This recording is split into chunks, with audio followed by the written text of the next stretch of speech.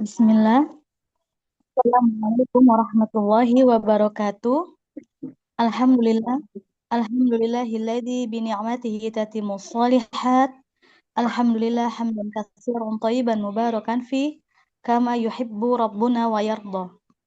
Asyhadu an la ilaha illallah wahdahu la syarikalah wa asyhadu anna Muhammadan abduhu wa rasuluh. Allahumma shalli ala Muhammad wa ala alihi wa man tabi'ahum bi ihsani ila yaumiddin. Ahlan wa sahlan Al-Ustadz Abu Muhammad hafizahullahu ta'ala. Ahlan wa sahlan wa marhaban bikunna ahwat wa ummahati fillah yang telah hadir di kajian siang hari ini. Dan ahlan wa sahlan wa marhaban bikunna kepada segenap media partner yang sudah hadir di kajian tauhid siang hari ini. Segala puji dan syukur kita panjatkan kehadirat Allah Subhanahu wa taala karena berkat karunia nikmat, kesehatan, dan kemudahan dari Allah sehingga kita dapat ilmu yang kita cintai. Salawat beriring salam kita hadiahkan kepada junjungan kita, suri tauladan kita, manusia paling mulia di muka bumi ini, Nabi kita Sallallahu Alaihi Wasallam. Semoga yaumil akhir nanti kita, anak-anak kita, keluarga kita menjadi salah satu umatnya yang mendapat syafaat dari beliau dan berkumpul bersama beliau di surga Firdaus kelak. Baik, Ahmati, sebelum memulai acara, izinkan saya selaku MC untuk membacakan tata tertib dalam bermajelis. Yang pertama, mari kita meluruskan niat dalam menuntut ilmu karena Allah Rabbuna Jalla Jalla. Yang kedua, mempersiapkan hati serta berdoa kepada Allah agar diberikan taufik untuk mendapatkan ilmu yang bermanfaat. Yang ketiga, mempersiapkan buku catatan dan pena untuk mencatat faedah ilmu dan nasihat yang akan disampaikan oleh Ustadz. Kemudian yang keempat, menjaga adab bermajelis ilmu, mengingatkan kepada akhwat semua untuk mempersiapkan video dan yang kelima, kalian dipersilahkan bertanya melalui telepon. Demikian tata tertib kajian hari ini. Mohon untuk semuanya perhatikan. Pertama, ya Ahwati Azizah, pada kajian siang hari ini bersama Ustadz Abu Muhammad Hafidahullah Ta'ala yang bertema mengenali kebesaran Allah dan keagungan para malaikat. Tapi sebelum itu, izin saya membaca profil singkat beliau. Abu Muhammad Syihabuddin Askari, alumni Institut Pertanian Yogyakarta dan Ma'had Ilmi Al-Madinah Surakarta. Pengajar Pondok Pesantren Salafiyah Khulafaur Rasyidin, pengasuh serial belajar Tauhid Tauhid Hijrah APP, penasihat Lembaga Kemanusiaan Ta'awuniyah Bagan Batu, pembina Yayasan Pendidikan Islam Ar-Raudhah dan Yayasan Milatul Jannah Al-Islamiyah. Dia juga pengisi kajian tetap di beberapa kajian di beberapa masjid di Bagan Batu dan Sumatera Utara, tepatnya di Kabupaten Labuhan Batu Selatan. Baik, Fatihillah, kita tunggu Al-Ustadz Abu Muhammad kajian tauhid siang hari ini.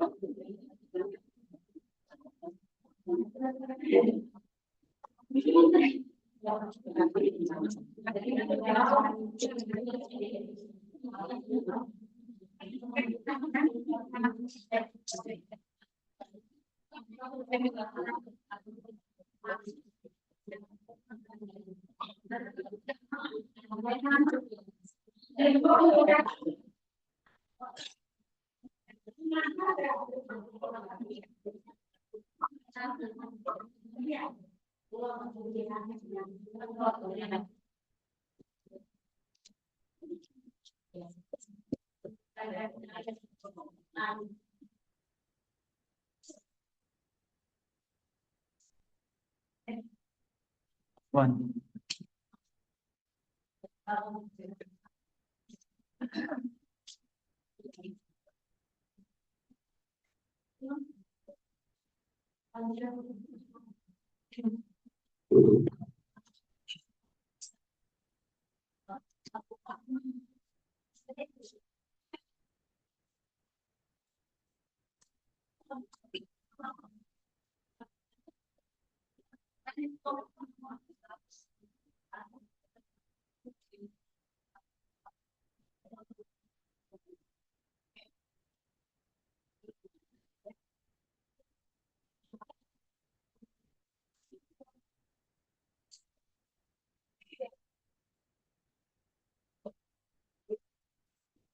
Assalamualaikum warahmatullahi wabarakatuh.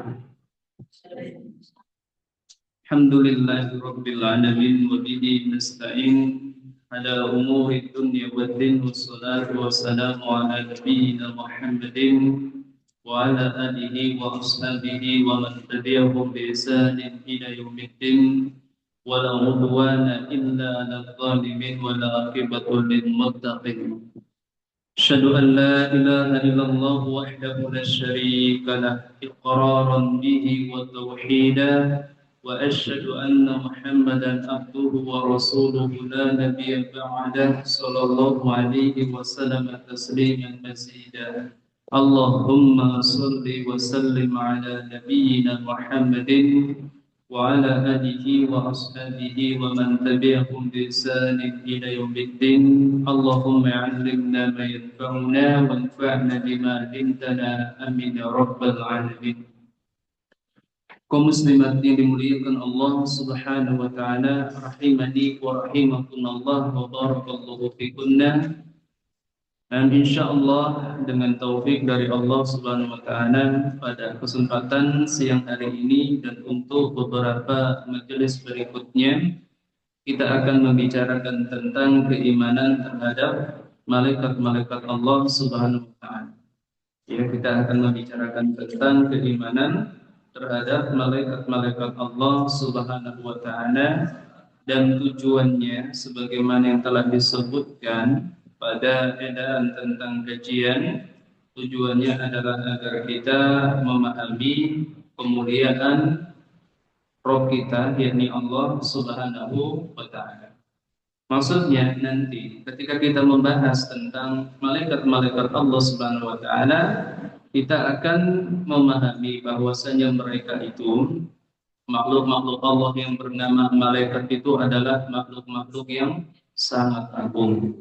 Ya, mereka itu adalah makhluk-makhluk yang sangat agung. Dengan mengenali keagungan para malaikat, maka kita diharapkan bisa memahami kemuliaan Rob mereka, Robnya malaikat, Rob kita semua dan Robnya seluruh alam semesta, yakni Allah Subhanahu wa taala. Dan pada saat yang sama kita bisa memahami betapa kecil dan betapa kerdilnya makhluk Allah Subhanahu wa taala yang bernama manusia. Jadi begitu ya, kita akan mengkaji keimanan terhadap para malaikat. Tetapi tujuan utama dari kajian ini adalah untuk memahamkan kita tentang kemuliaan Allah Subhanahu wa taala. Karena kalau malaikat-malaikatnya saja sedemikian mulianya, ya tentu Rabb-nya, Tuhannya, yakni Allah Subhanahu wa taala adalah zat yang sangat mulia. Dan agar kita juga bisa memahami kadar diri kita. Siapa sih itu makhluk Allah Subhanahu wa taala yang bernama manusia dibandingkan makhluk-makhluk Allah Subhanahu wa taala yang lainnya, terkhusus ya dibandingkan dengan malaikat-malaikatnya. Untuk kajian ini kita akan membaca kitab Al-Irsyad ila Sahihil I'tiqad wa Radwana Ahli Syirki wal Ilhad. Ya, kitab yang ditulis oleh Syekh Shalih Al-Fauzan hafizahullah taala. Beliau sekarang adalah mufti am, ya, atau mufti agung kerajaan Saudi Arabia sepeninggalan Syekh Abdul Aziz Al-Syekh rahimahullah taala. Kita baca ya, itu sudah anak berikan naskahnya. Kemarin ada yang minta terjemahan, qadarullah ya, tidak sempat menerjemahkan. Kita baca yang pertama, pembahasannya adalah manzilatul imani bil malaikati.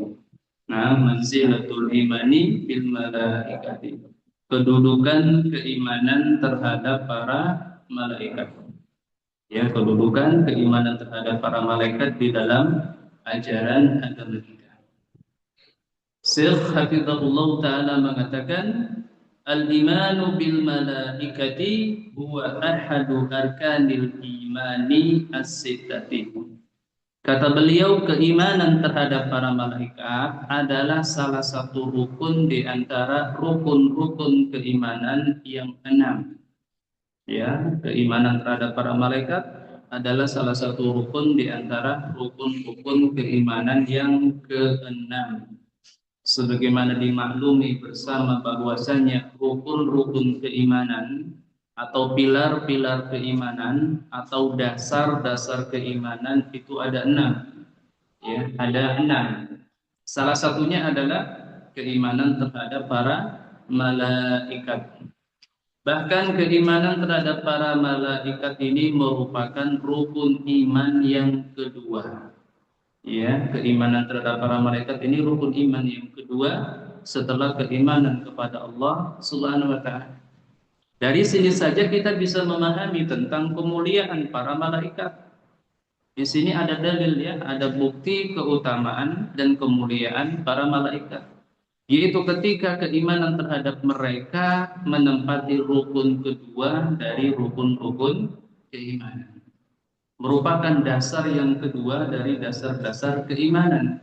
Merupakan pokok yang kedua dari pokok-pokok keimanan. Ini ya, keimanan terhadap para malaikat adalah salah satu rukun di antara rukun-rukun keimanan yang 6. Pokok-pokok dari salah satu pokok dari pokok-pokok keimanan yang 6. Ini salah satu dalil keutamaan dan kemuliaan para malaikat. Ketika keimanan terhadap mereka menempati posisi yang kedua dari rukun-rukun keimanan. Kama jaa fi hadithi Jibril alaihi salam. Ini sebagaimana yang disebutkan di dalam hadis Jibril alaihi salam. Ya, sebagaimana disebutkan di dalam hadis Jibril alaihi salam haitsu qala, yaitu ketika Nabi sallallahu alaihi wasallam bersabda. Sebelum kita baca, kita sebutkan awal dari hadis ini. Hadis yang mulia ini diriwayatkan oleh sahabat Nabi yang mulia Umar bin Khattab radhiyallahu anhu. Beliau mengatakan bainama nahnu julusun inda Rasulillah sallallahu alaihi wasallam dzata yaumin, kata beliau ketika kami sedang duduk-duduk bersama Rasulullah sallallahu alaihi wasallam pada suatu hari, ittala alaina rajulun, tiba-tiba muncul di tengah-tengah kami seorang laki-laki. Ya, tiba-tiba muncul di tengah-tengah kami seorang laki-laki. Syadidu bayadil thiyabi, syadidu sawadi sya'ar. Laki-laki ini pakaiannya sangat putih dan rambutnya sangat hitam. La yura alaihi atharu safari, tidak terlihat padanya bekas-bekas perjalanan jauh. Nah, tidak terlihat padanya bekas-bekas perjalanan jauh. Yaitu tadi karena pakaiannya sangat putih dan rambutnya sangat hitam. Dimaklumi pada zaman dahulu, orang itu kalau bepergian jauh di tengah-tengah gurun pasti asy'asa akbar. Itu pasti. Nah, pakaiannya kusut dan rambutnya berdebu. Itu pasti. Sedangkan laki-laki yang muncul ketika itu, ya, laki-laki yang muncul ketika itu di tengah-tengah mereka, itu disebutkan pakaiannya sangat putih dan rambutnya sangat hitam, maka dikatakan la yura alaihi atharus safari, tidak terlihat padanya bekas-bekas perjalanan jauh. Wala ya'rifuhu minna ahadun, bersamaan dengan hal itu tak seorang pun di antara kami yang mengenali. Jadi sosok yang hadir di tengah-tengah mereka ini, laki-laki ini adalah sosok misterius. Misterius, aneh. Anehnya di mana? Kalau dia orang jauh, tidak ada padanya bekas perjalanan jauh.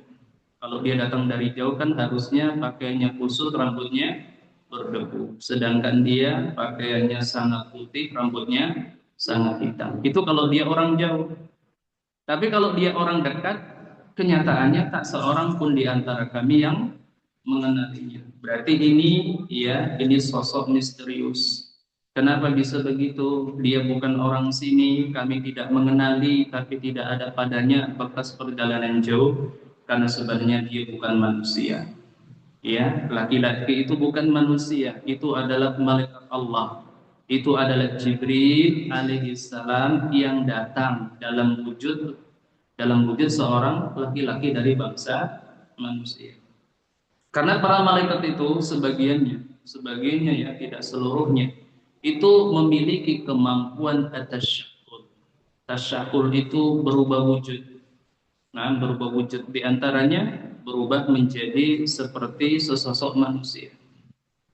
Seperti sekelompok malaikat yang bertamu kepada Nabi Ibrahim alaihissalam yang mengabarkan bahwasanya beliau akan memiliki keturunan, ya, atau seperti sekelompok malaikat yang bertamu kepada Nabi Lut alaihissalam yang memerintahkan beliau dan kaumnya untuk menyingkir dari negerinya karena malam itu juga negeri mereka akan dibalik oleh Allah Subhanahu wa taala. Itu malaikat Allah, ya, yang menjadi tamu bagi Nabi Ibrahim dan Nabi Lut alaihi wassalam itu adalah malaikat Allah.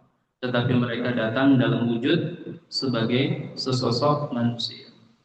Begitupun yang hadir di tengah-tengah para sahabat hari itu malaikat. Ya, makanya tak seorang pun di antara mereka yang mengenalinya. Tapi pada saat yang sama tidak ada padanya bekas perjalanan jauh. Nah, seolah-olah dia adalah orang dekat. Kemudian Umar bin Khattab melanjutkan hatta jalasa inda Nabi sallallahu alaihi wasallam, hingga kemudian laki-laki misterius ini duduk di dekat Nabi sallallahu alaihi wasallam.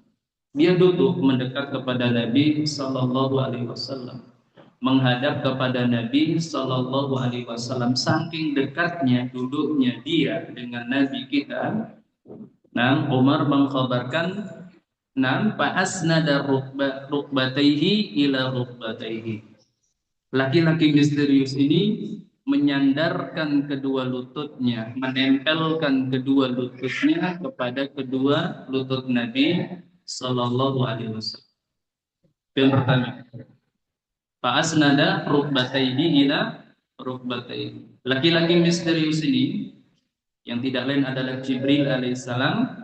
Dia menyandarkan kedua lututnya, menempelkan kedua lututnya kepada kedua lutut Nabi Sallallahu Alaihi Wasallam. Berarti duduknya sangat dekat. Ya, kedua lututnya berjumpa dengan kedua lutut Nabi Sallallahu Alaihi Wasallam. Wa wada'a kafaihi ala fahidaihi, dan dia meletakkan kedua telapak tangannya di atas dan dia meletakkan kedua telapak tangannya di atas kedua pahanya. Pahanya siapa? Hah? Pahanya Nabi. Yang betul lah, Bu. Yakin, Bu? Banyak yang terjemahkan begitu. Itu salah, Bu. Coba perhatikan. Fa'asnada rukbataihi ila rukbataihi. Laki-laki misterius ini menyandarkan, menempelkan kedua lututnya kepada kedua lututnya. Nya yang pertama adalah laki-laki misterius ini. Nya yang kedua adalah Nabi sallallahu alaihi wasallam. Kemudian wa wada'a kaffaihi, dan dia meletakkan kedua telapak tangannya ala fakhidaihi, di atas kedua pahanya. Pahanya siapa, Bu? Pahanya sendiri, Bu. Bukan kepada pahanya Nabi sallallahu alaihi wasallam. Ya, memang ada yang menerjemahkan seperti itu, mengartikan seperti itu. Kemudian dia meletakkan kedua lututnya kepada kedua lutut Nabi kemudian dia menyandarkan kedua lututnya kepada kedua lutut Nabi dan meletakkan kedua telapak tangannya di atas kedua paha Nabi. Itu salah. Dia letakkan kedua telapak tangannya di atas pahanya sendiri, Bu. Ini yang dijelaskan oleh Syekh Muhammad Ibnu Shalih Al-Utsaimin. Karena kalau dikatakan kedua telapak tangannya diletakkan ke kedua paha Nabi, itu secara menurut kebiasaan kan ribet gitu, Bu. Duduk berhadap-hadapan, kemudian telapak tangan ditaruh di paha orang yang ada di depannya. Itu yang pertama. Dari sisi dari sisi kebiasaan itu tidak lazim, tidak lumrah. Apalagi dari sisi adab. Jadi yang benar dia letakkan telapak tangannya di atas kedua pahanya sendiri. Faqal, kemudian dia berkata, ya Muhammadu akhbirni anil Islam. Wahai Muhammad, beritahukan kepadaku tentang Islam. Ya, beritahukan kepadaku tentang Islam. Di sini laki-laki misterius ini yang tidak lain adalah Jibril alaihissalam bertanya kepada Nabi tentang Islam. Para ulama mengatakan Jibril tidak sedang bertanya tentang makna Islam. Itu tidak mungkin. Kenapa? Islam itu adalah suatu kata dari bahasa Arab. Waktu itu Jibril menampilkan dirinya sebagai orang Arab. Dia menghadap kepada Nabi yang juga orang Arab. Dan para sahabat yang hadir di situ juga orang Arab. Bagaimana mungkin orang Arab tanya tentang bahasa Arab? Apa itu Islam? Apa itu mana Islam? Tidak mungkin. Jadi yang ditanyakan oleh Jibril alaihissalam, Pak akhbirni anil Islam, beritahukan kepadaku tentang Islam. Jibril tidak bertanya tentang arti Islam, makna Islam, ya. Bahkan yang ditanyakan oleh Jibril adalah arkanul Islam, rukun-rukun keislaman, pokok-pokok keislaman atau dasar-dasar keislaman.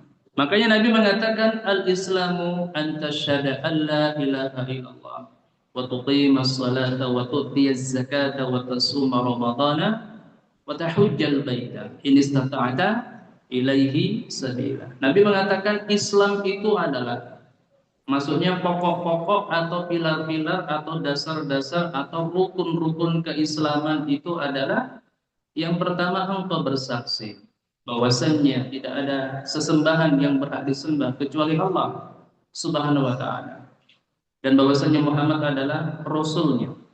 Kemudian yang kedua engkau menegakkan salat. Yang ketiga engkau menunaikan zakat. Yang keempat engkau berpuasa di bulan Ramadan, dan yang kelima engkau berhaji ke Baitullah Al-Haram apabila engkau mampu mengadakan perjalanan ke sana. Di sini jelas berarti Jibril tidak sedang bertanya tentang makna Islam, tentang arti Islam, bahkan yang ditanyakan oleh Jibril adalah pokok-pokok keislaman. Itu pokok dari agama kita. Pokok dari keislaman ada 5 yang biasa kita sebut dengan rukun Islam. Nah, setelah itu, setelah mendengar jawaban Nabi, apa kata Jibril? Shadaqta, engkau benar. Nah, engkau benar. Kemudian apa kata Umar? Fa'ajibna lahu. Kami heran dengan orang ini. Ya, kami heran dengan orang ini. Yas'aluhu wa yusaddiquhu. Dia yang bertanya, dia pula yang membenarkan. Kan tadi dia bertanya, setelah dijawab pertanyaannya, dia membenarkan jawabannya. Nah, jadi para sahabat ketika itu merasa heran. Maka bertambah anehlah laki-laki yang satu ini. Tadi dia datang dalam keadaan yang aneh. Kalau dia orang dekat kami tidak kenal, kalau dia orang jauh tidak ada bekas perjalanan jauh. Kemudian dia bertanya, sudah dijawab, dia pula yang membenarkan jawabannya. Nah, ini keanehan yang berikutnya. Biasanya yang bertanya kemudian membenarkan itu siapa, Bu? Siapa bertanya kemudian membenarkan jawaban? Guru ya. Nah, ngetes kan? Iya. Jadi seolah-olah laki-laki misterius ini sedang ngetes Nabi. Dia tanya, sudah dijawab, dibenarkan jawabannya. Itu pertanyaan yang pertama. Pertanyaan yang kedua yang menjadi pokok bahasan kita. Kemudian setelah itu Jibril bertanya, "Fa akhbirni 'anil iman." Beritahukan kepadaku tentang iman. Ya, beritahukan kepadaku tentang iman. Sama dengan yang pertama tadi. Di sini Jibril tidak sedang bertanya tentang makna iman, ya, tentang arti iman, karena iman itu berasal dari bahasa Arab. Nabi ngerti apa itu iman, para sahabat ngerti apa itu iman, dan Jibril juga datang sebagai orang Arab. Bahkan yang ditanyakan oleh Jibril alaihi salam adalah pokok-pokok keimanan, pilar-pilar keimanan, tiang-tiang keimanan atau dasar-dasar keimanan yang biasa disebut dengan arkanul iman atau rukun-rukun keimanan. Maka Nabi menjawab, ya, kita baca kitabnya. Apa jawaban Nabi? Al-imanu, keimanan itu adalah, maksudnya pokok-pokok keimanan itu adalah antu'mina billahi wa malaikatihi wa kutubihi wa rusulihi wal yaumil akhiri wa tu'mina bil qadari khairihi wa syarrihi. Kata Nabi, pokok-pokok keimanan atau rukun-rukun keimanan itu adalah yang pertama engkau beriman kepada Allah. Nah, engkau beriman kepada Allah. Yang kedua kepada malaikat-malaikatnya. Tadi sudah kita sebutkan keimanan kepada para malaikat rukun kedua dari rukun-rukun keimanan. Setelah keimanan kepada Allah Subhanahu wa taala. Ini dalil keutamaan dan kemuliaan mereka. Yang ketiga adalah engkau beriman kepada kitab-kitabnya, yang keempat kepada rasul-rasulnya, yang kelima kepada hari akhir. Kemudian Nabi mengulang pembicaranya dari awal, wa tu'mina bil qadari khairihi wa syarrihi, dan engkau juga beriman kepada takdir, nah, yang baik dan juga yang buruk. Ini ya. Ini Bu ya, manzilatul imani bil malaikah, kedudukan keimanan terhadap para malaikat di dalam agama kita. Bagaimana kedudukannya? Dia adalah salah satu rukun di antara rukun-rukun keimanan. Bahkan rukun iman yang kedua setelah keimanan kepada Allah Subhanahu wa taala. Beliau melanjutkan waqad jaa dzikrul imani bil malaikati maqrunan bil imani billahi fi katsirin minal ayatil qur'aniyati. Beliau mengatakan dan sungguh penyebutan keimanan terhadap para malaikat ini sering sekali beriringan dengan penyebutan keimanan terhadap Allah Subhanahu wa taala di dalam banyak ayat-ayat Quran. Coba ya. Dan sungguh penyebutan keimanan terhadap para malaikat itu sering beriringan dengan penyebutan keimanan terhadap Allah Subhanahu wa taala pada sekian banyak ayat-ayat Al-Qur'an. Maksudnya Bu, Allah Subhanahu wa taala itu di dalam banyak ayatnya di dalam Al-Qur'an sering menyebutkan keimanan terhadap para malaikat setelah dia menyebutkan keimanan terhadap dirinya. Disebutkan keimanan terhadap Allah, setelah itu disebutkan keimanan terhadap para malaikat. Nah, kama qala ta'ala, seperti firman Allah Subhanahu wa taala surah Al-Baqarah ya, ayat yang ke-285. Ini ayat kedua dari belakang ya untuk surah Al-Baqarah yang dianjurkan untuk kita baca setiap malamnya. Nah, Nabi mengatakan, "Man qara'a ayataini min akhiri suratil Baqarati kafatahu." Siapa saja yang membaca dua ayat ya dari akhir surah Al-Baqarah kafatahu, maka kedua ayat tersebut itu mencukupi bagi dirinya. Kata para ulama itu mencukupi sebagai sebab dirinya dijaga oleh Allah Subhanahu wa taala.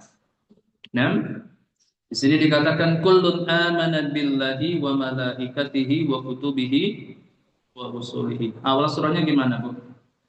Amanar rasulu bima unzila ilaihi min rabbih wal mu'minun. Nah, amanar rasulu bima unzila ilaihi. Rasul itu telah beriman. Ya, Rasul itu telah beriman kepada apa yang diturunkan kepadanya. Rasul itu telah beriman kepada apa yang diturunkan kepadanya, yakni Al-Qur'an. Nah, wal mu'minun, dan begitu juga orang-orang yang beriman. Maksudnya maksudnya Rasulullah sallallahu alaihi wasallam dan orang-orang beriman, mereka itu mengimani apa yang Allah turunkan kepada Nabi sallallahu alaihi wasallam. Mereka itu mengimani Al-Qur'an. Kemudian dikatakan kullun amana billahi wa malaikatihi wa kutubihi wa rusulihi. Seluruhnya beriman kepada Allah dan kepada malaikat-malaikatnya, kemudian kitab-kitabnya dan rasul-rasulnya. Di sini keimanan kepada para malaikat disebut setelah penyebutan keimanan kepada Allah.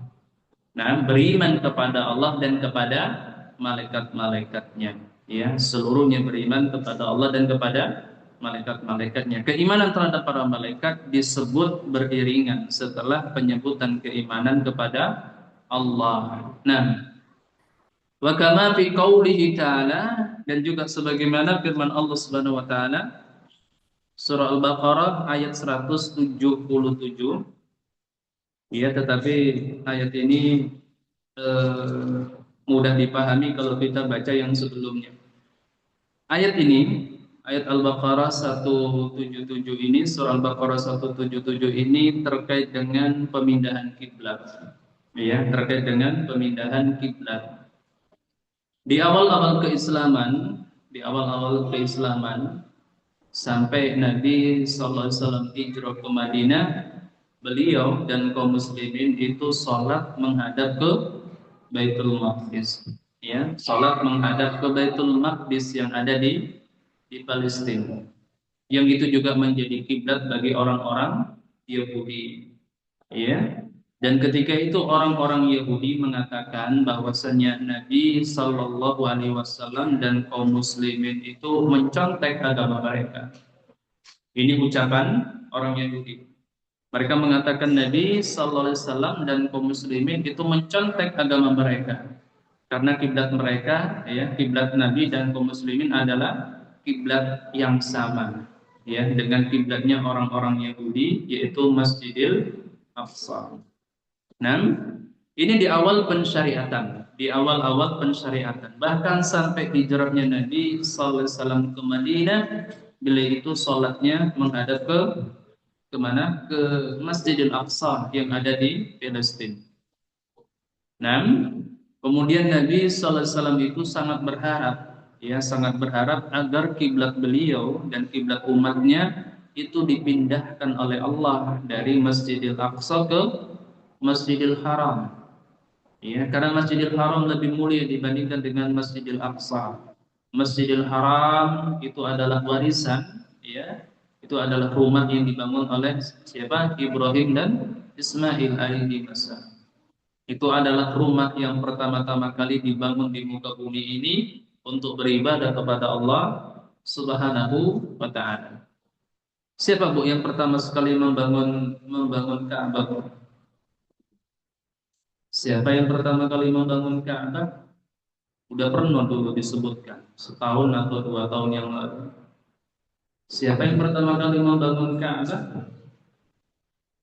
Ibrahim dan Ismail alaihi wassalam atau ada pendapat yang lain? Semuanya sepakat yang membangun pertama kalinya adalah Ibrahim dan Ismail. Siapa Pak? Yang pertama sekali membangun Ka'bah itu para malaikat. Setelah selesainya penciptaan langit dan bumi. Tetapi Ka'bah yang pertama kali ini hancur, Bu. Hancur pada zamannya Nabi Nuh alaihissalam, ya, terkena banjir. Allah musta'an. Sekarang saudara kita juga banyak yang terkena banjir, ya. Karena Ka'bah itu Bu dibangun di lembah, ya, di tempat yang rendah dari dataran Makkah. Ya, siapa yang masuk ke Masjidil Haram, terutama sekali kalau masuk dari pintu pertama, pintu King Abdul Aziz, itu dari pelataran Masjidil Haram, itu Ka'bah hanya terlihat sepertiganya saja tuh. Iya, dari pelataran Masjidil Haram, kalau mau turun ke pelataran Ka'bah itu masjid itu turun sampai 4 kali kan, 4 kali atau 3 kali. Jadi memang Ka'bah itu berada di lembah, ya, di lembah yang ada di dataran Makkah. Itu dulu adalah aliran air.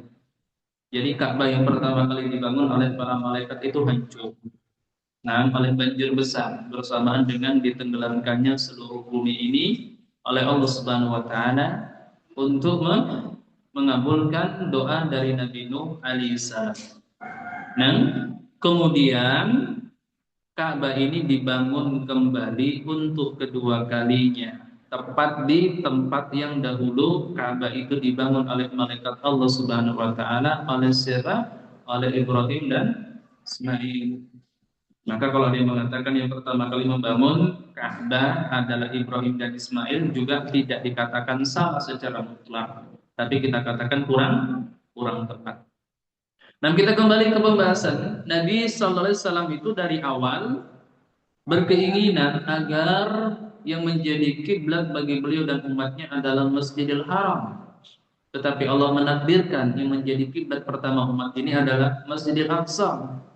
Tentu untuk hikmah-hikmah yang Allah kehendaki. Di antaranya adalah untuk ujian keimanan, ya, untuk keujian keimanan. Bagi siapa? bagi kaum muslimin dan juga bagi ahlul kitab, terutama orang-orang Yahudi. Nah, ketika Nabi masih sholat menghadap ke Masjidil Aqsa, orang-orang Yahudi tadi mengatakan bahwasanya Nabi dan umatnya itu mencontek agama mereka.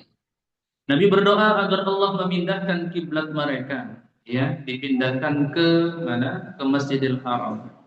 Allah berfirman, wa qad nara taqalluba wajhaka ilas sama, dan sungguh kami benar-benar melihat pandangan wajahmu itu berbolak-balik antara langit dan bumi.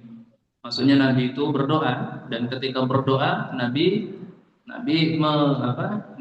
melepaskan pandangannya ke langit.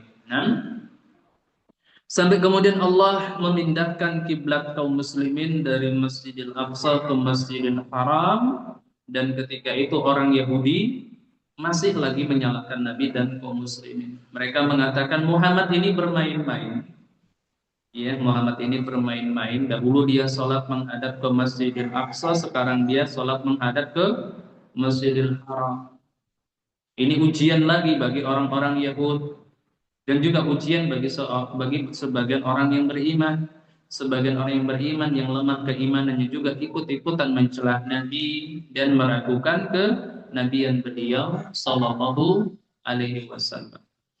Maka kemudian Allah Subhanahu wa taala mengatakan pada ayat yang sebelumnya, laisal birru na'am an tuwallu wujuhakum qibalal masyriqi wal maghrib. Kebaikan itu bukan urusan menghadapkan wajah ke barat atau ke timur, ya. Kebaikan itu bukan masalah menghadapkan wajah ke barat atau ke timur. Ini lanjutannya. Walakinnal birra man amana billahi wal yawmil akhir wal malaikati wal kitabi wan nabiyyin. Akan tetapi yang namanya kebaikan itu adalah siapa saja yang beriman kepada Allah, kepada hari akhir, kepada malaikat-malaikat, kepada Alkitab, dan juga kepada para nabi. Nah, ya, kebaikan itu bukan urusan menghadapkan wajah ke barat atau ke timur. Ya, dimanapun kita menghadap, di sana wajah Allah Subhanahu wa taala. Aina ma tuwallu fasamma wajh Allah. Dimanapun kalian menghadap, di sana adalah wajah Allah Subhanahu wa taala. Kiblat kita, kita sholat menghadap ke mana, Bu? Hah? Kita sholat menghadap ke mana? Ke kiblat, bukan ke Ka'bah. Nah, siapa yang mampu sholat menghadap Ka'bah? Apalagi orang bagan batu, nggak mampu, Bu. Sholat itu menghadap ke kiblat. Nah, maksudnya ke arah kiblat. Bagan batu sholat menghadap Ka'bah yang nggak kena lah, Bu. Ibu di Masjidil Haram saja pun kalau tidak mengikuti garis-garis yang ada di lantai masjid dan pelataran masjid bisa kelewatan itu Ka'bah, Bu. Ka'bah kan kecil. Ibu melenceng sedikit berdirinya udah kelewatan Ka'bahnya. Apalagi di Bagan Batu. Selisih 1 mili nyampe mana? Nyampe Makkah sana udah berapa kilometer itu, Bu? Nggak ketemu itu, Bu.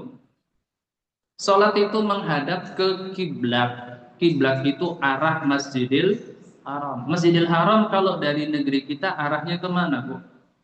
Ke barat. Jadi seseorang itu kalau sholat menghadap ke barat berarti dia sholat menghadap kiblat. Meskipun nggak lurus itu, ya, ke mana? Ke Masjidil Haram. Ini ada, Bu, kemarin Anda lihat orang-orang aklaniun, akal-akalan. Bumi itu kan bulat, ya. Benar, Bu, bumi bulat, Bu. Nah, bumi bulat, kita sujud di bagan batu. Nah, apakah kemudian itu nanti menghadap ke Ka'bah? Kan enggak, Bu. Kalau buminya bulat, menghadap ke mana? Ke langit, kan? Nah, jadi kita sholat itu bukan menghadap ke Ka'bah, Bu. Kita sholat itu menghadap ke kiblat. Kiblat kita itu adalah arah, ya, dari Masjidil Haram. Itu Masjid Raya, Bu, bolak-balik itu, Bu, shopnya ganti kan, Bu. Kadang lurus, kadang serong, kan gitu. Nah, tergantung BKM. Yang ikut madhab lurus, luruslah itu. Kalau ikut madhab serong, serong itu nanti. Nah, udah lama nggak sholat di situ. Sekarang lurus, Bu, ya. Lurus, balik ke awal. Nanti ganti BKM bisa lagi tuh serong itu, Bu. Nah, karena ada perubahan lempeng bumi, kiblat itu agak sedikit bergeser. Perlukah digeser? Nah, agar lebih pas menghadap ke Ke Masjidil Haram? Ya silakan saja. Nah, silakan saja kalau mau digeser, kalau ada kesepakatan. Tetapi kalaupun tidak digeser, itu sudah mencukupi. Kalau kita sholat menghadap ke barat, berarti kita sudah sholat menghadap ke kiblat itu, Bu. Nah, jadi sebenarnya nggak perlu ya. Kalau sepakat mau diserongkan, nggak pas, tidak mengapa. Tapi kalau tidak sepakat, ya sudah ikut shop yang awal saja. Nah, dan dulu Anda di mana? Di Langgapayung juga pernah didatangi oleh beberapa orang dari Batang Bogar. Ya begitu, ada keributan di kampung mereka. Nah, masalah sop sholat itu. Haruskah diserongkan atau tetap seperti semula? Di sini Allah mengatakan bahkan yang namanya kebaikan itu adalah siapa saja yang beriman kepada Allah, kepada hari akhir, kepada para malaikat, kepada Alkitab dan kemudian kepada para nabi. Ya, di sini Allah juga mengaitkan atau mengiringkan penyebutan terhadap keimanan terhadap para malaikat dengan keimanan kepadanya. Nah, ini Bu ya, ini pembahasan yang pertama selesai. Manzilatul imani bil malaikati. Kedudukan keimanan terhadap para malaikat. Sekarang kita masuk ke pembahasan yang kedua. Pembahasan yang kedua anak kasih judul apa itu Bu? Di sini nggak ada judul-judulnya. Apa Bu? Madmunu apa ya? Madmunu al-imani bil malaikat. Ya Bu. Nah, kandungan keimanan terhadap para malaikat. Ya, kandungan keimanan terhadap para malaikat. Wal imanu bil malaikati yatadammanu at-tasdiqa bi wujudihi. Ini Bu. Keimanan terhadap para malaikat itu mencakup ya atau meliputi.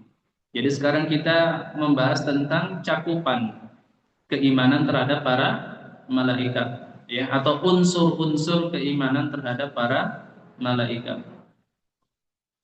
Wal imanu bil malaikati dan keimanan terhadap para malaikat itu yatadammanu at-tasdiqa bi wujudihim. Itu mengandung beberapa unsur atau mencakup beberapa unsur. Yang pertama adalah at-tasdiq bi wujudihim.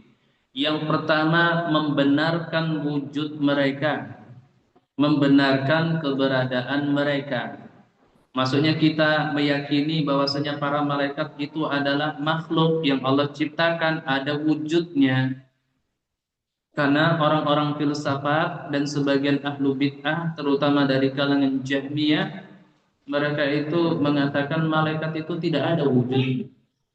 Ya, mereka mengatakan malaikat itu tidak ada wujudnya. Malaikat itu bukan makhluk, malaikat itu cuma simbol kebaikan. Ini kata mereka.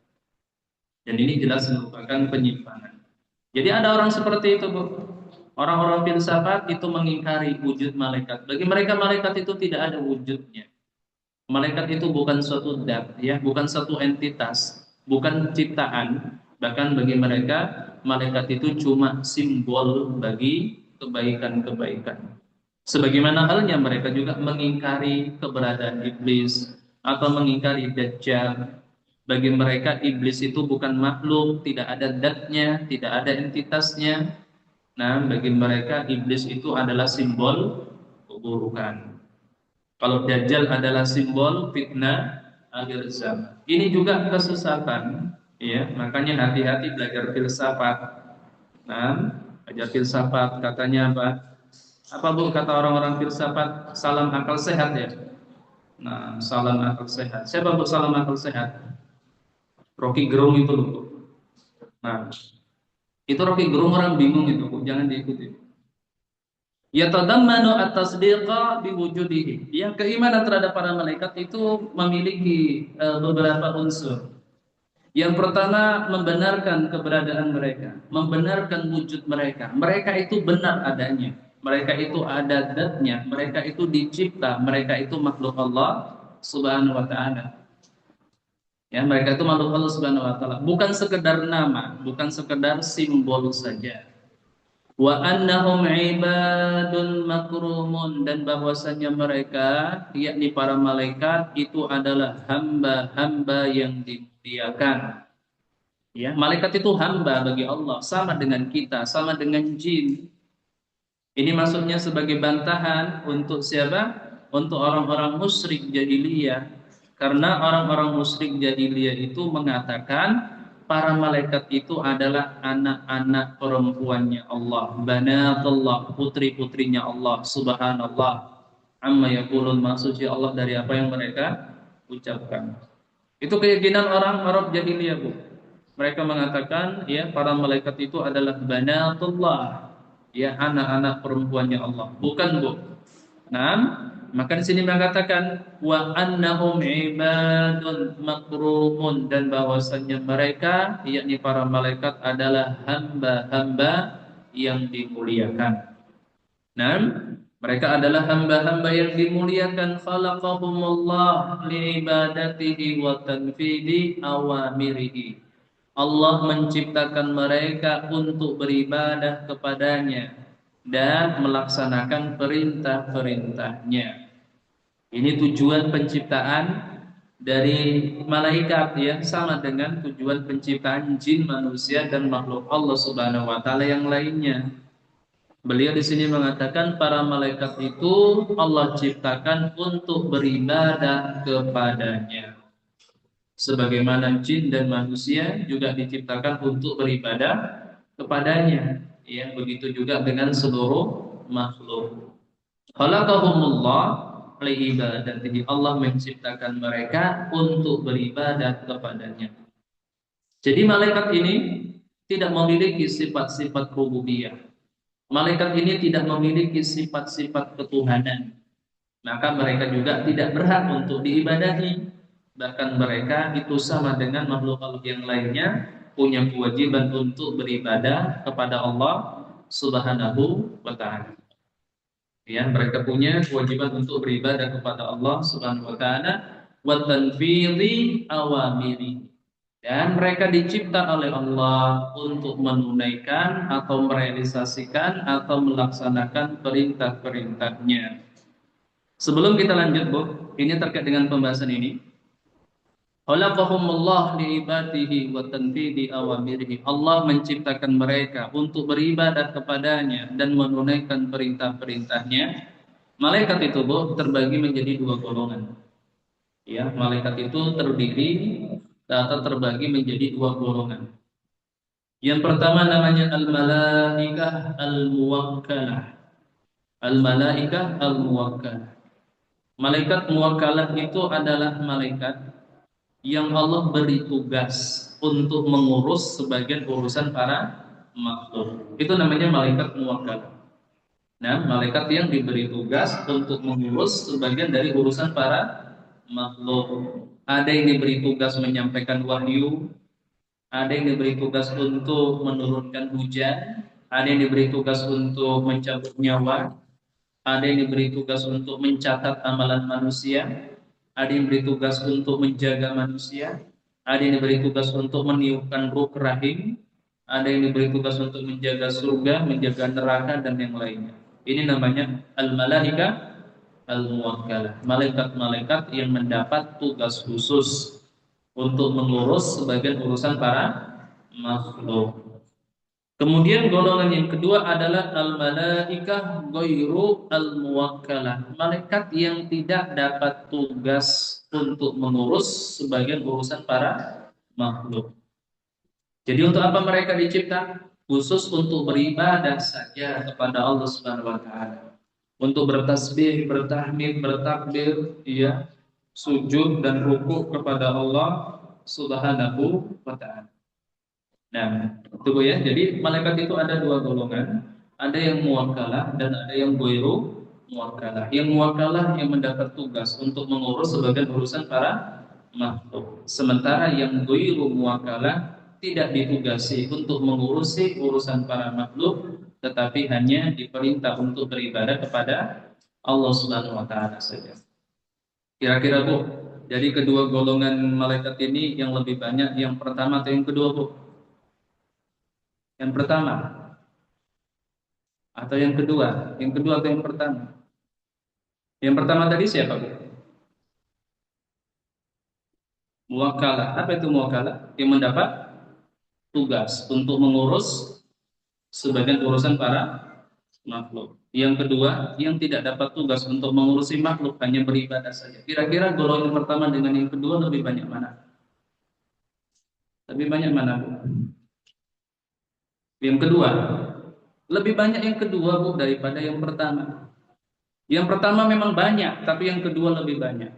Yang pertama itu banyak, Bu, ya. Malaikat yang mendapat tugas untuk mengurus urusan para makhluk itu banyak, bahkan sangat banyak, Bu.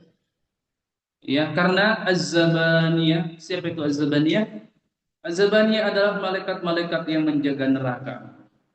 Az-Zabaniyah saja, Bu, itu jumlahnya ada 4,9 miliar. Nanti akan kita sebutkan ketika menyebutkan tentang Az-Zabaniyah, malaikat-malaikat penjaga neraka. Itu ada 4,9 miliar. Pimpinan mereka ada 19, alaiha tis'ata asyar. Ya, alaiha tis'ata asyar. Dan pimpinan yang 19 orang ini satu orang malaikat yang bernama Malik. Itu Az-Zabaniyah saja mencapai 4,9 miliar. Kemudian yang mengiringi kita di kanan dan di kiri kita banyak kan, Bu? Ya, ada yang sekedar menjaga kita saja, ada yang menulis amalan-amalan kita. Kita itu setiap saatnya, di mana saja, dalam keadaan bagaimanapun juga, kita ini dijaga oleh malaikat Allah. Nah, kita berbuat taat di kanan, kiri, depan dan belakang kita ada malaikat. Kita berbuat maksiat juga sama, Bu. Kita ini dijaga oleh malaikat-malaikat Allah Subhanahu wa taala. Allah mengatakan lahu mu'aqibatun min baini yadayhi wa min khalfihi yahfazunahu min amrillah. Ya, manusia itu setiap orang di antara mereka itu senantiasa diikuti, senantiasa diiringi oleh malaikat-malaikat Allah Subhanahu wa taala. Dari arah depannya dan juga dari arah belakangnya, yahfazunahu, yang menjaganya, min amrillah, dengan perintah dari Allah Subhanahu wa taala. Nah, apa kata para ulama? Ma'ahu malaikah yahfazunahu min baini yadayhi wa min khalfihi bi amrillah. Setiap orang di antara anak manusia itu bersamanya ada sekelompok malaikat Allah Subhanahu wa taala. Bersamanya ada sekelompok malaikat Allah Subhanahu wa taala yang menjaganya dari arah depannya, dari arah belakangnya dengan perintah Allah Subhanahu wa taala. Fa idza jaa qadarullah khalau anhu. Akan tetapi kalau sudah datang takdir Allah, malaikat ini menyingkir darinya. Paham, Bu? Ibu ke Pekanbaru, ya naik apa saja deh. Mau naik motor, mau naik mobil, nah, atau jalan kaki misalnya. Itu ibu diawasi, dijaga oleh malaikat Allah, sekelompok malaikat Allah dari arah depan, dari arah belakang. Tetapi qadarullah misalnya hari itu ibu harus melanggar. Ketika itulah malaikat menyingkir, tabrakanlah kita. Banyak sekali malaikat. Tadi yang menjaga neraka saja ada 4,9 miliar. Dan kita itu senantiasa diiringi kemudian dijaga oleh malaikat-malaikat Allah Subhanahu wa taala. Kapanpun, dimanapun, dan dalam keadaan bagaimanapun. Dari sini maka diharapkan ya setiap kita itu bertambah muraqabahnya. Apa muraqabah? Apa muraqabah? Muraqabah yuraqibu muraqabah. Muraqabah itu kesadaran, senantiasa diawasi oleh malaikat-malaikat Allah Subhanahu wa taala. Nah, itu salah satu tujuan pembahasan kita di sini agar kita merasakan muraqabah Allah, merasakan pengawasan Allah Subhanahu wa taala. Pertanyaannya, Bu, kalau malaikat itu seandainya tidak ada di kanan kita, di kiri kita, depan dan belakang kita, tidak ada malaikat yang menjaga kita, tidak ada malaikat yang tahu apapun yang kita kerjakan, Allah tahu tidak, Bu? Ya Allah tahu kan, Bu? Nah, ya kita beri gambaran tentang sedikit ya, kita beri gambaran sedikit ya betapa banyaknya malaikat-malaikat Allah. Ini hadisnya sudah pernah kita bacakan. Atotis salat wa khuffalaha anta iqam. Kata Nabi, langit itu berderit dan sudah sepantasnya dia berderit atau sudah seharusnya dia berderit. Ibu tahu berderit, Bu? Apa berderit, Bu? Kalau yang hidup namanya menjerit, kalau yang tidak bernyawa namanya berderit. Berderit itu misalnya ada apa? Ada meja. Mejanya terbuat dari triplek. Triplek ya yang hanya mampu menahan beban 10 kilo. Kemudian kita letakkan di atasnya beban sebanyak 12 kilo. Nah, patah enggak itu, Bu? Patah. Sebelum patah kan bunyi kerak begitu. Itu namanya berderit. Berderit itu kalau benda mati, kalau yang hidup namanya menjerit. Jadi Bu, langit itu seandainya dia bisa menjerit, sudah menjerit itu. Nah, seandainya dia bisa menjerit, dia sudah menjerit. Kenapa? Ma fiha mawdi'u arba'i asabi'a illa wa malakum wadi'un jabhatahu lillahi sajidun. Karena tidak ada tempat di langit itu meski hanya seukuran 4 jari saja, kecuali padanya ada malaikat yang menyungkurkan dahinya untuk sujud kepada Allah Subhanahu wa taala. Jadi maksudnya, Bu, langit itu dipenuhi oleh para malaikat. Di langit itu tidak ada tempat kosong. Ya, di langit itu tidak ada tempat kosong. Langit itu seluruhnya dipenuhi oleh malaikat-malaikat Allah Subhanahu wa taala. Sampai seandainya ada tempat seukuran 4 jari saja, pasti sudah ditempati oleh malaikat Allah Subhanahu wa taala untuk sujud kepada Allah. Sementara bumi ini banyak yang kosong, Bu. Bumi ini tidak dipenuhi oleh manusia. Di masjid ini aja masih banyak tempat yang kosong. Ya, belum lagi di kutub utara nggak ada manusia. Kutub selatan nggak ada manusianya. Hutan Amazon masih kosong. Di Papua masih banyak yang kosong. Lautan tidak ada manusianya. Dan kalaupun manusia itu dari yang awal sampai yang akhir dihidupkan semuanya, mereka itu tidak akan mungkin memenuhi permukaan bumi ini seluruhnya. Sementara malaikat itu, Bu, memenuhi seluruh langit. Lah langit ada berapa, Bu? Ada 7. Luas mana langit dengan bumi? Seberapa perbandingannya? Hah?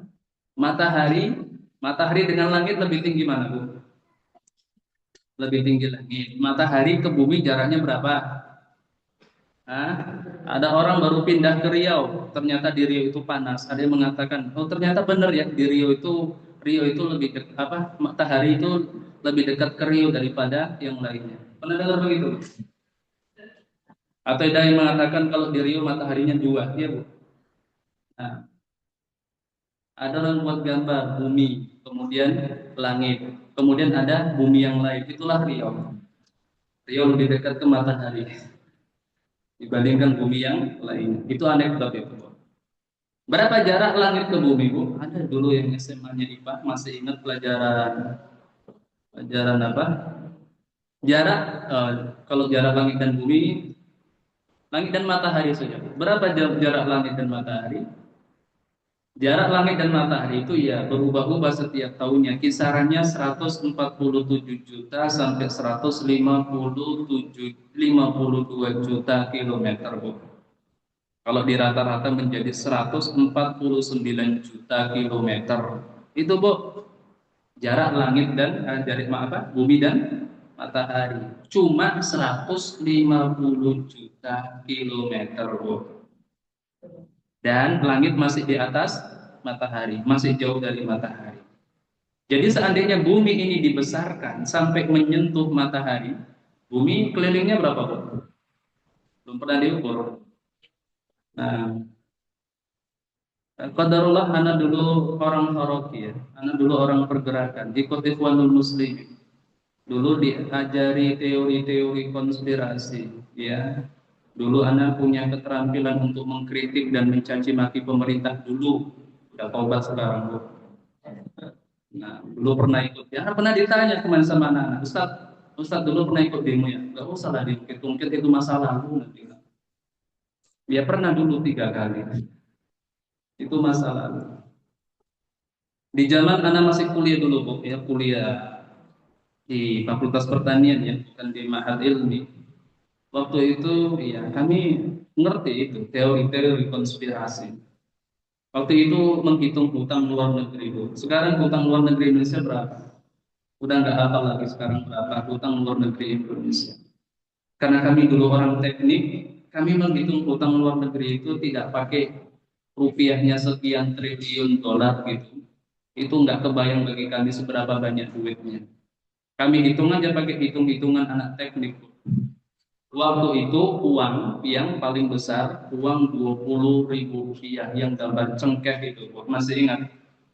Gambar cengkeh dan gambar burung cendrawasih. Itu dulu uang terbesar. Belum ada uang 50.000 rupiah. Yang ada cuma 20.000 rupiah. Utang Indonesia waktu itu, Bu, kami hitung, ya. Kemudian uang itu diukur berapa sentimeter. Jadi uang utang Indonesia dibagi menjadi pecahan 20.000.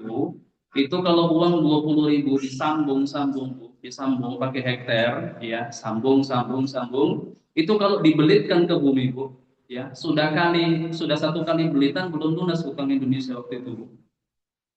Kan gampang kan anak teknik gitu cara menghitungnya. Kalau cuma dikatakan sekian triliun dolar, nggak kebayang uangnya seberapa.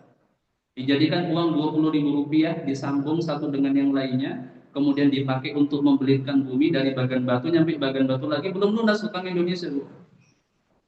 Makanya ketika itu hitung-hitungannya setiap anak yang lahir mewarisi hutang 5 juta rupiah dan setiap yang mati meninggalkan hutang 5 juta rupiah.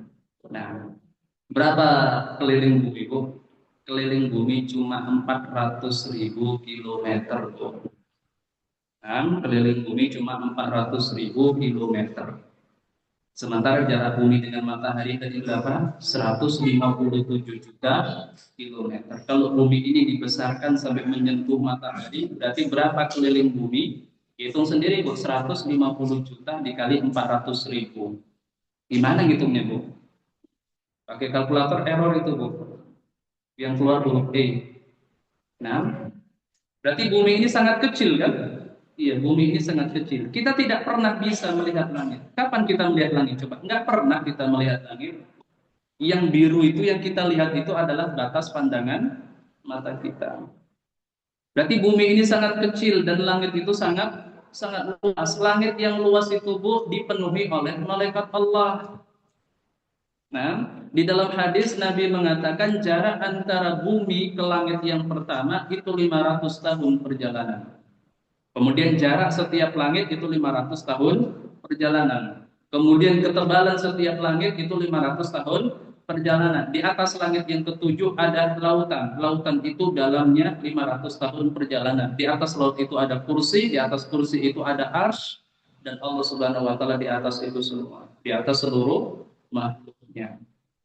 Jadi kalau langit pertama itu luas, berarti langit kedua lebih luas. Langit ketiga lebih luas, langit keempat lebih luas. Dan langit yang sedemikian luasnya, yang 7 lapis itu dipenuhi oleh malaikat-malaikat Allah Subhanahu wa ta'ala. Makanya Allah berfirman di dalam surah Ibrahim, "In takfuru antum wa man fil ardi jami'a fa innallaha ghaniyyun hamid." Seandainya kalian itu kufur kepada Allah dan seluruh makhluk yang ada di bumi ini juga kufur kepada Allah, maka Allah itu adalah zat yang maha kaya dan maha terpuji. Nggak ada ruginya bagi Allah kalau manusia ini seluruhnya kufur kepadanya. Siapa manusia? Jumlahnya sangat sedikit, hanya seperti sebutir pasir yang ada di pantai dibandingkan dengan jumlah malaikat Allah Subhanahu wa ta'ala. Nah, makanya tadi di awal disebutkan salah satu tujuan kita mempelajari keimanan terhadap para malaikat, kita memahami sisi-sisi keagungan para malaikat yang itu menjadi dalil kemuliaan roh mereka Allah Subhanahu wa ta'ala. Dan insya Allah kita lanjutkan pada pertemuan berikutnya. Kita cukupkan sampai di sini dulu. Kita tutup, nanti kalau ada yang ditanyakan bisa ditanyakan setelah ditutup. Naktabi bihadzal qadar billahi taufiq wal hidayah. Assalamualaikum warahmatullahi wabarakatuh.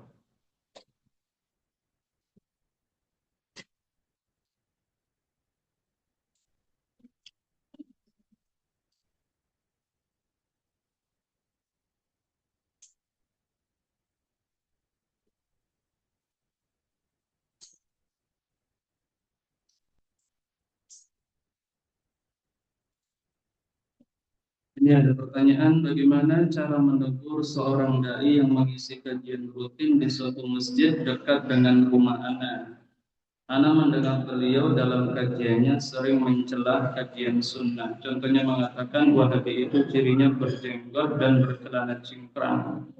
Ini orang seperti ini nggak bisa dinasihati, Bu. Kita kalau mendengarkan omongan mereka nggak akan ada habisnya. Nah, tidak akan ada habisnya. Apalagi makanya kita juga jangan terlalu sering-sering ya mendengarkan perkataan mereka termasuk di media sosial, ya. Karena kalau kita tetap lurus, hati kita nanti akan terbebani dengan ucapan-ucapan yang tidak sepantasnya membebani pikiran kita. Dan kalau kita lemah, nanti takutnya kita terkena syubhat mereka. Nggak akan ada habisnya. Nggak akan ada habisnya celaan mereka kepada dakwah kita. Nah, jadi kalau kita bisa menasihati ya bagus, tapi kalau tidak bisa ya kita doakan saja. Mudah-mudahan Allah Subhanahu wa taala memberikan hidayah kepadanya. Mudah-mudahan Allah Subhanahu wa taala memberikan hidayah kepadanya. Kita juga tidak dianjurkan untuk mendebat mereka karena biasanya nggak ada gunanya berdebat dengan mereka. Kenapa? Kalau mereka itu kalah di dalam perdebatan, mereka tidak akan rujuk kepada kebenaran. Dan kalau mereka menang dalam perdebatan, mereka itu tambah keras kepala. Bahkan Nabi mengatakan, ana dhaminun bi baitin fi rawdil jannah liman taraka al-mira wa kana mubtilan. Aku menjamin seseorang itu akan mendapatkan rumah di pinggiran surga kalau dia mau meninggalkan perdebatan dalam keadaan dia berada di pihak yang salah. Wabi baitin fi a'lal jannah liman taraka al-mira wa in kana muhiqqa. Dan aku menjamin seseorang itu akan mendapatkan rumah di surga yang tinggi kalau dia mau meninggalkan perdebatan sementara dia berada pada pihak yang benar. Nah, perdebatan itu menyebabkan hati menjadi keras. Nah, hati-hati dengan ustadz lulusan Universitas Madinah Arab Saudi, pemahamannya ekstrim, jangan menyekolahkan anak di Saudi dan perkataan guru yang lainnya. Ya seperti itu, Bu. Ini namanya apa ya? Namanya post power syndrome ini, Bu. Apa itu post power syndrome, Bu? Seseorang itu merasa sudah kehilangan banyak kekuatan karena menganggap lawannya itu terlalu besar sehingga kemudian dia melakukan perbuatan-perbuatan seperti orang yang memang kurang waras secara psikologis. Di antaranya membuat fitnah, kemudian memburukkan lawannya dan seterusnya. Ini dipahami, Bu, yang seperti ini. Kami para mandai seperti itu. Ini semacam apa? Semacam kecemasan. Ya, kecemasan mereka. Nah, karena mereka itu merasa terancam eksistensinya. Makanya dahulu ada seorang ustadz ketika ada keributan antara kita dengan mereka di suatu daerah. Ustadz ini kebetulan kerabat Anda juga mengatakan kita tidak pernah mengganggu mereka. Kenapa mereka itu kemudian berbuat seperti itu? Kemudian Anda katakan ya betul, antum tidak pernah mengganggu mereka. Ikhwan kita tidak pernah mengganggu mereka. Tapi nyatanya mereka merasa terancam. Mereka merasa terancam, jamaahnya satu persatu ikut kajian kita. Bahkan pengurus organisasinya ikut kajian kita. Mereka merasa terancam. Ya, orang itu kalau merasa terancam, ya seperti itu. Ketika tidak bisa menghadapi lawannya dengan cara yang baik, mereka akan melakukan perbuatan-perbuatan yang itu rendah. Nah, seperti yang terjadi di negeri ini, seperti itu. Nggak akan ada habisnya. Ya, sekarang kita selamatkan diri kita itu sendiri. Kalau misalnya kita mampu menasihatinya, kita nasihati. Tapi gimana nasihati Ustaz? Nah, kalau bisa kita nasihati, kita beri pengertian orang yang duduk di majelisnya, kita nasihati. Kalau tidak, sudah biarkan mereka. Biar Allah yang mengurus mereka. Nah, maka mereka itu tidak akan pernah bisa memudaratkan dakwah kita. Dakwah ini milik Allah dulu. Nah, agama ini milik Allah. Allah yang akan membela agamanya dengan kita atau tanpa kita. Kita ikut berdakwah, kita tidak ikut berdakwah, Allah Subhanahu wa taala akan menjaga agama ini. Nah, kalau mereka kan menjaga kelompoknya, menjaga organisasinya, makanya panik. Kalau kita kan ya agama itu milik Allah, dari Allah dan hanya untuk Allah. Nah, Allah yang akan menjaganya. Yuriduna ayyutfi'u nurallahi wallahu mutimmu nurihi walau karihal musyrikun. Mereka berkehendak untuk memadamkan cahaya Allah, sementara Allah tidak berkehendak kecuali menyempurnakan cahayanya, meskipun orang-orang musyrik itu tidak menyukainya. Allahumma muwaffiq.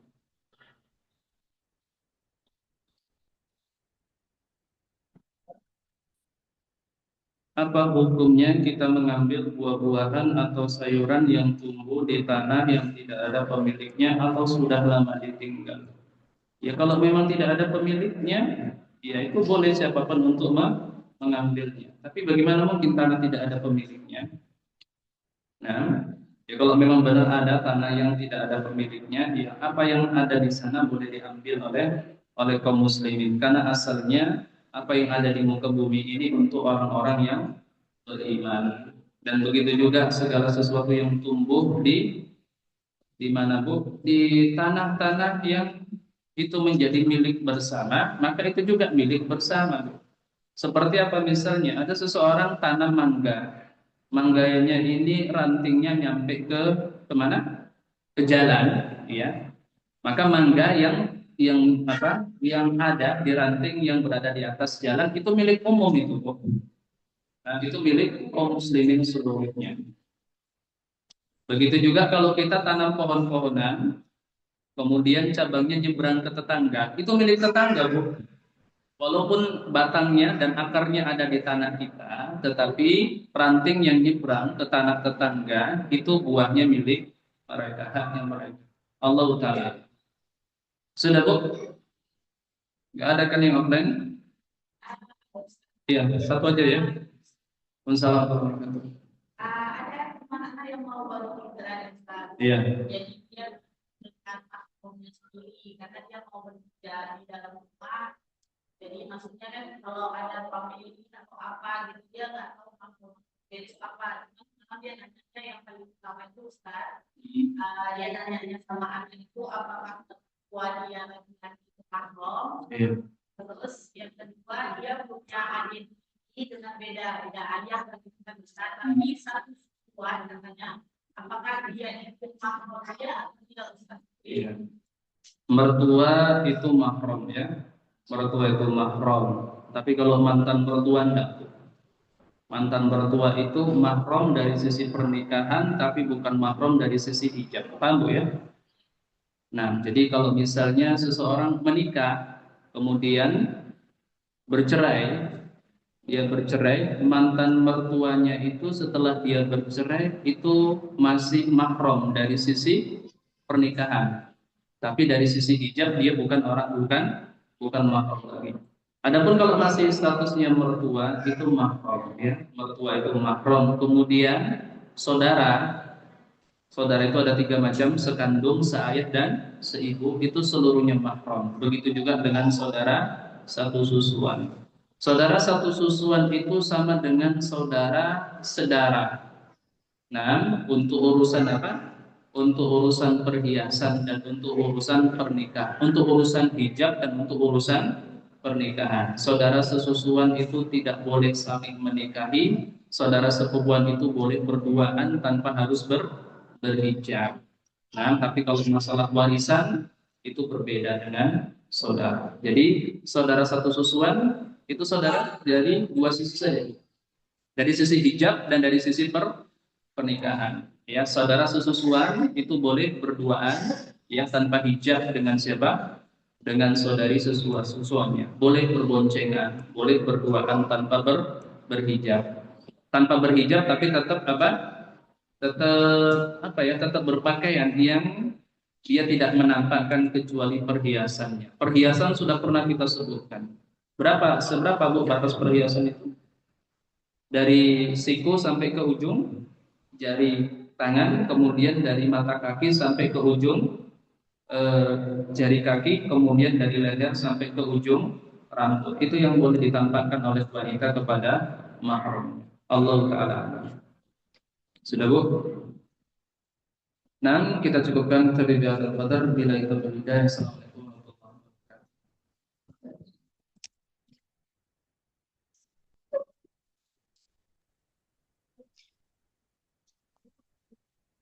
wabarakatuh. Alhamdulillah, kami mengucapkan jazakumullah khairan wa barakallahu fikum kepada Al-Ustadz Abu Muhammad Hafizahullah Ta'ala atas waktu dan ilmu yang beliau sampaikan kepada kita semua.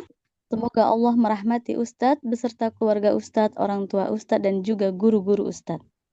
Ja'alakillahu fi mizani hasanatik, ahsanallahu ilaiki, wa kataballahu ajraki. Amin amin ya rabbal alamin. Dan jazakumullah khairan kepada akhwati fillah dan media partner yang sudah menghadiri kajian tauhid rutin siang hari ini. Semoga Allah memberkahi waktu dan ilmu kita semua. Jazakumullah khairan wa barakallahu fikum kepada segenap tim musyrifah Sifaul Qulub. Kami mohon maaf dalam penyelenggara kajian ini masih banyak kekurangan karena kesempurnaan hanya milik Allah Subhanahu wa taala. Kita tutup dengan doa kafaratul majelis. Subhanakallahumma wa bihamdika nasyhadu an la ilaha illa anta nastaghfiruka wa atubu ilaik. Wassalamualaikum warahmatullahi wabarakatuh. Waalaikumsalam warahmatullahi wabarakatuh. Jazakallahu khairan.